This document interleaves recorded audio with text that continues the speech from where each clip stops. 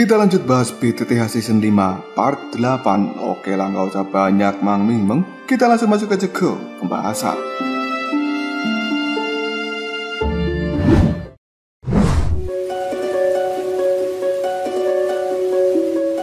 Xiaoyan yang sebenarnya tertarik dengan susu inti bumi pembersih tubuh. Dia pun berinisiatif untuk mengambil hal itu. Dan kali ini, Xiaoyan sudah berada di hadapan dari monster kera bersama dengan piton api penelan surga. Dalam waktu yang cukup singkat, piton penelan surga itu pun berubah menjadi bentuk aslinya yang merupakan raksasa. Dan dia memiliki tugas untuk menghentikan monster kera ini. Sedangkan Xiaoyan akan menyelinap masuk ke dalam goa demi mendapatkan susu inti bumi bersih tubuh itu.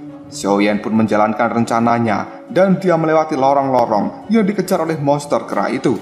Namun kali ini, dalam sekejap saja monster kera dihentikan oleh piton penelan surga milik Xiaoyan. Hal ini membuat Xiaoyan bisa dengan leluasa untuk terus masuk ke dalam goa. Menurut Yalao, tidak hanya seorang manusia saja yang menginginkan susu inti bumi pembersih tubuh, karena monster pun juga menginginkan hal itu dan bisa membantu tubuh mereka bertransformasi menjadi seperti manusia.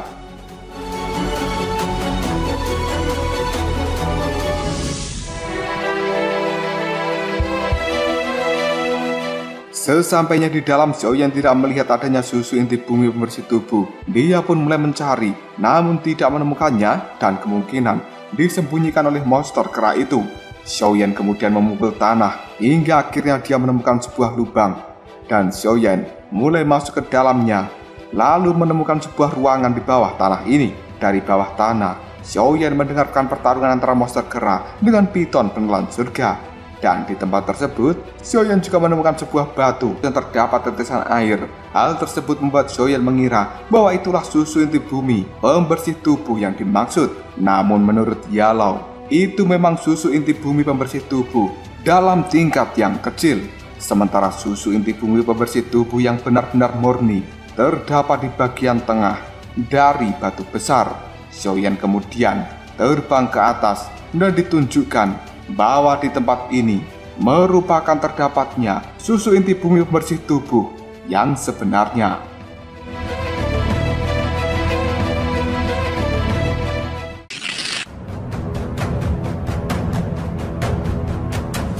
Setelah mendapatkan apa yang dia inginkan, Xiaoyan pun bergegas keluar untuk membantu piton penelan surga. Namun sesampainya di luar, ternyata monster kera itu sudah dikalahkan oleh ular putih itu. Yang kali ini, Xiaoyan bersama dengan piton penelan surga langsung pergi meninggalkan tempat ini. Setelahnya, Xiaoyan berhenti dan ingin memberikan makanan pada piton penelan surga. Namun tiba-tiba saja, hal itu berubah menjadi Ratu Medusa. Kenapa hal ini bisa terjadi? Karena piton penelan surga terlalu banyak mengeluarkan energinya, sehingga Ratu Medusa bisa keluar dari dalam tubuhnya. Detik berikutnya, Ratu Medusa pun menagih apa yang pernah dijanjikan oleh Xiaoyan terhadapnya. Tapi saat ini, Xiaoyan belum bisa memberikan hal itu dan membuat Ratu Medusa menjadi marah besar hingga ingin menghabisi Xiaoyan. Tapi Yalao tidak akan pernah membiarkan Xiaoyan dilukai oleh Ratu Medusa.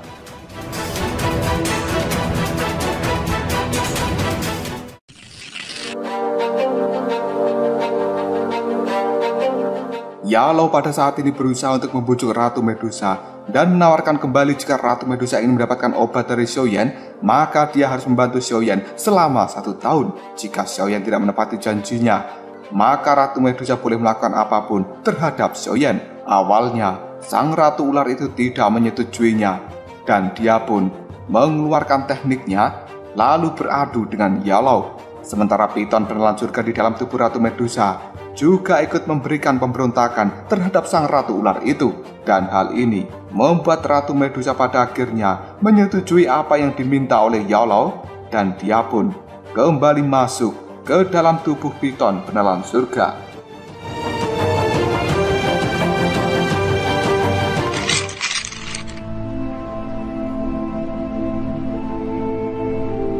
Selanjutnya Xiaoyan pergi ke sebuah goa yang di dalamnya ada genangan air yang banyak. Di tempat tersebut, Xiaoyan akan memurnikan energi dari susu inti bumi pembersih tubuh, dan hal ini dibantu dengan beberapa ramuan dari Yalau. Pemurnian tersebut pun akhirnya dimulai, dan energi-energi yang ada di dalamnya kali ini mulai memasuki tubuh dari Xiaoyan menuju sumsum dan juga anggota tubuh yang lainnya. Xiaoyan merasa sedikit kesakitan, namun dirinya masih bisa bertahan karena Xiaoyan teringat dengan janjinya kepada sang ayah dan juga Xiao Xuner. Setelah beberapa saat, pada akhirnya pemurnian pun berhasil dilakukan. Dan kali ini kekuatan Xiaoyan juga telah naik tingkat menjadi level Dowling.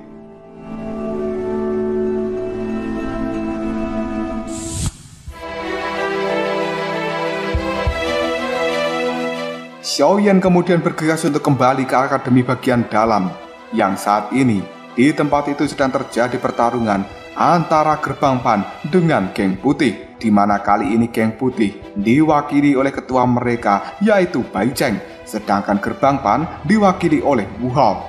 Pertarungan ini juga disaksikan oleh Lin Xiuya dan juga kelompoknya.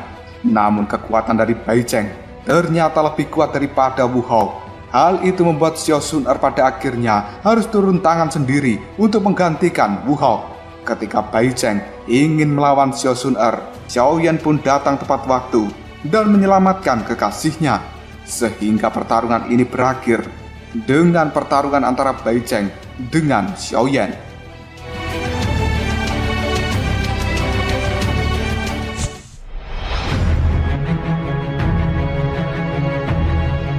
Xiaoyan pun mulai mengeluarkan kekuatan barunya yang membuat semua orang menjadi sangat terkejut karena pergerakan dari Xiaoyan benar-benar cepat. Pertarungan pun terjadi cukup sengit, dan kali ini serangan dari Bai Cheng mengenai Xiaoyan yang membuatnya terpental. Detik berikutnya, kekuatan dari Xiaoyan berubah menjadi lebih kuat, dan pergerakannya juga sangat cepat ketika dia meninggalkan pedang beratnya. Di dalam pertarungan ini, Bai Cheng melakukan kecurangan dengan memakan pil yang diberikan oleh Han Xian, sehingga kekuatannya pun bertambah dalam sekejap.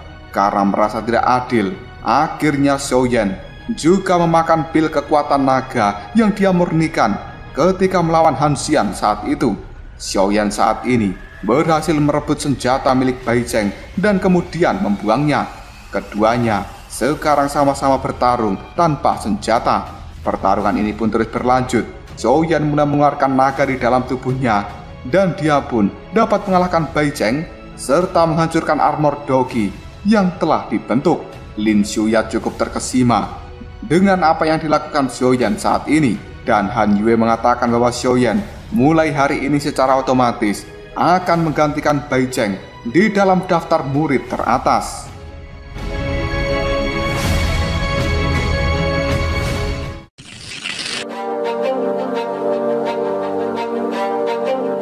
Beberapa saat kemudian datanglah seseorang dari tempat penonton, yang ternyata orang tersebut adalah Liu Qing. Xiaoyan pun menjadi teringat dengan ucapan dari Lin Yan tentang Liu Qing ini yang merupakan kakak dari Liu Fei, dan dia juga merupakan murid yang berada di daftar teratas. Tidak lama kemudian datanglah Liu Fei yang mengikuti kakaknya, sementara Sun Er saat ini bersedia maju untuk melawan Liu Qing. Namun saat ini Liu Fei malah menjelek-jelekkan Xiaoyan, yang akhirnya dengan pergerakannya yang sangat cepat, Xiao Xuner pun memberikan tamparan pada Liu Fei.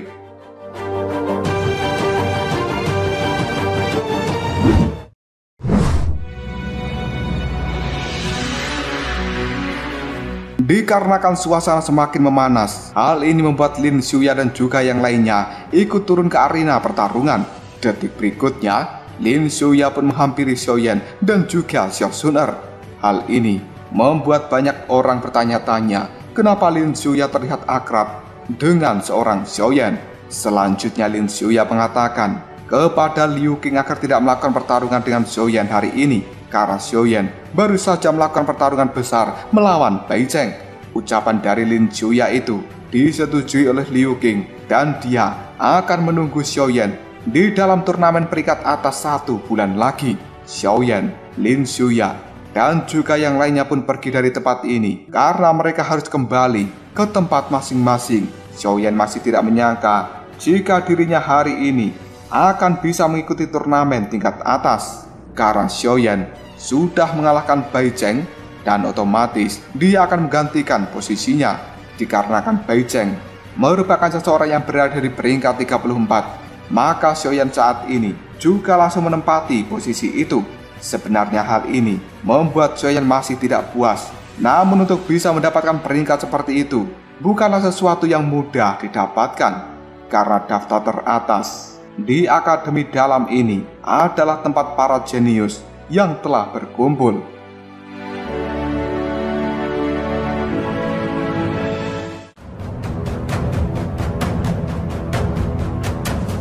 Lalu apakah yang akan terjadi selanjutnya? Mungkinkah Xiaoyan bisa menjadi juara di turnamen Akademi bagian dalam? Jika kalian penasaran, tunggu aja jawabannya di next video. Ngobrol sob.